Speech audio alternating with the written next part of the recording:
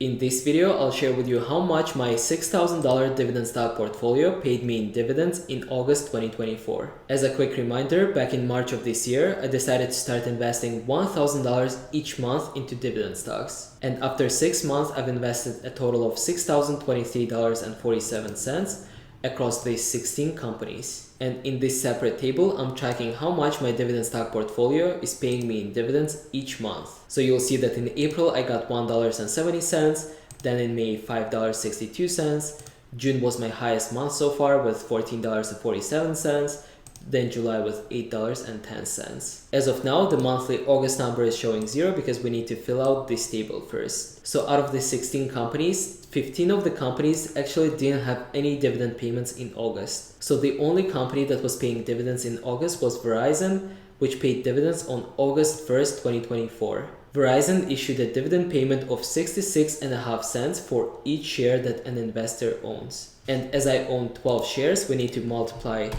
0.665 payment per share by 12 shares, which means that I received $7.98 in dividends from Verizon in August. And now you see that this table also shows $7.98 in August, and the total value of my dividends this year so far is $37.87. And I know that the August dividend payment of $8 doesn't really seem too high, but remember that my overall portfolio is also small at $6,000. As I continue investing $1,000 each month into dividend stocks going forward, we'll continue seeing the payments increase as well. And I also expect the September to be the highest month so far, so stay tuned for that video. I hope that you found this video interesting, and I'll continue showing you my actual dividend payments regardless of how large or small they may be. Thank you for watching this video, and I'll see you in the next one.